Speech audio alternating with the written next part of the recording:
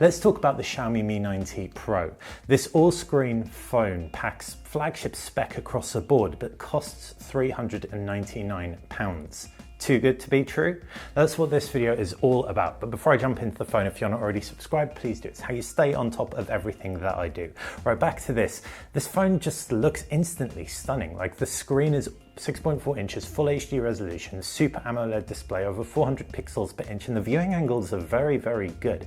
Nice punchy colors, deep dark blacks, and no notch. That's really important because it makes phones, even like the P30 Pro and especially the iPhone XS Max, look a bit outdated with their bulky notches. Not so much the P30 Pro, because at least that has a curved screen.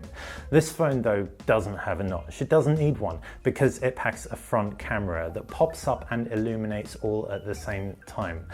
Does a really, really good job of making you think you're holding a flagship.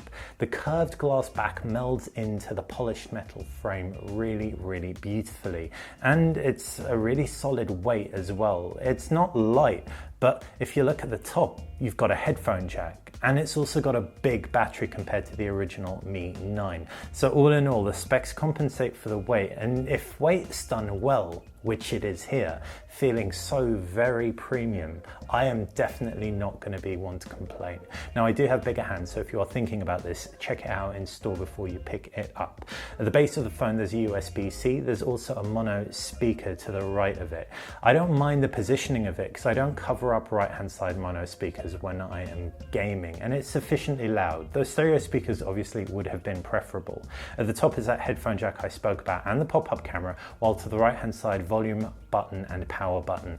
You've also got the camera set up around the back. It's a triple camera, the same kind of setup or a similar setup as that found on the OnePlus 7 Pro. The primary 48 megapixel snapper, f1.75 aperture, and you've got an ultra wide and a telephoto. And there's a really nice striated pattern on the glass back, and it looks almost Kevlar-esque, but not quite. Like I said, the design and build of this phone just come together beautifully, as does that screen. There are options in the settings to tweak the color profiles, and I have very little to complain about. In fact, one of the only things I do have to complain about is when you go into that screen, the user interface. It looks good, but Xiaomi has a few legacy issues. The dark mode, for example, has some notifications that can't be read because the text is the same color as the backdrop. You've also got virus scanning every time you install an application, and while on paper that sounds good, it just throws the user experience off. You can't have an applications tray. In order to do that, you need a custom launcher. So it's just a few little niggles like that. But this is Android. You can install a custom launcher, and virtually every issue I had with this phone has been overridden. In fact, Xiaomi's made the user interface on the Mi 9T Pro that bit better, because at least it doesn't serve you ads like old MIUI interfaces and Oppo's interface as well, Color OS. So the Mi 9T Pro UI is customizable, not my favorite by any means, but most of the things I don't like about it you can override. It's smooth though, it's really well optimized, and that reflects the power under the hood. You have a Snapdragon 855 chipset coupled with 6 gigabytes of RAM. There is 128 gigabytes of storage. It is not expandable, but there are dual SIM slots. Now that power translates to epic gaming. It's not going to do what a phone with 12 gigs of RAM will do, like the Samsung Galaxy Note 10 Plus, which can keep a game going in the background for like hours if you do loads of other applications. It won't close that game, you can go back to it. But just for playing games, it's on par. That all-screen experience is super, super immersive. And I just loved using this phone for that. The headphone jack obviously is an added bonus. I was on a flight, my Bluetooth headphones were out of battery, stuck in the headphone jack, winning on that front. There's no waterproofing and there's no wireless charging, so they would be the things you'd kind of like expect on a top tier flagship, and comparing it with a Note that has both of those. But if you don't mind those two missing, then keep watching this video, because I'm going to talk about the cameras now, and it's super impressive what a £400 camera can get you with a Mi 9T Pro. Like I said, 48 megapixel primary sensor. It has an annoying watermark on by default, and you also haven't got HDR switched on by default. But switch on auto HDR, get rid of the watermark, and potentially flick on scene recognition, and you can get some very good shots. The scene recognition does boost saturation and contrast, which actually helps in a lot of scenes. Scenes with a lot of green do look a little bit over the top with that switched on. So might need to be try it and flick it on and off as per your situation. But ultimately speaking, it's a really competent camera that grabs loads of detail, especially when you flick on 48 megapixel mode in good lighting.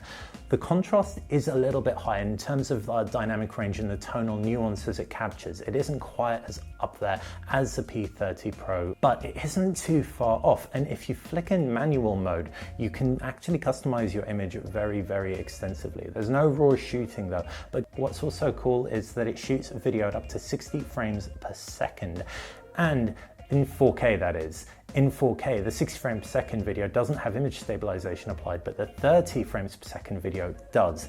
That's impressive. A lot of other mid-range to high-end video cameras on smartphones just completely conk out with image stabilization at 4K. When it comes to the battery, there's a 4000 milliamp cell under the hood, and it supports fast charging. In the box you get an 18-watt charger, and that actually powered up the phone in just over an hour, which is really impressive. It can support up to 27-watt fast charging. We never tried it. We don't think I'll ever want to pick up a faster charger than the one in the box, because an hour is perfect for charging. You don't even need it that fast if you're charging overnight, obviously. And ultimately, performance across the board just made me so happy. Like, it just flew. No applications force closed. When you're spending this kind of money and you're getting like a flagship experience, I expected something like the Red Magic 3, which has flagship power, but the user interface or something about it just doesn't quite stack up. Same with the Black Shark 2, these gaming phones. But the Xiaomi Mi 9T Pro is an exceptional balance of design and elegance with that. Features and functional ports like the Headphone Jack. And while you don't have wireless charging, you don't have waterproofing, you get a balance that really, really justifies the price. And my user interface gripes are completely overshadowed by my just impressedness by the value for money here. So that's been me and the Mi 9T Pro. I've made up some words, impressedness, and I've been blown away by this phone. Hopefully you enjoyed this video. If you did, then please click that thumbs up button and subscribe to the channel like I said. Any questions about it, fire them in the comments section below. And I've linked to a few of the reviews I've written around the web in the description. Thanks for watching.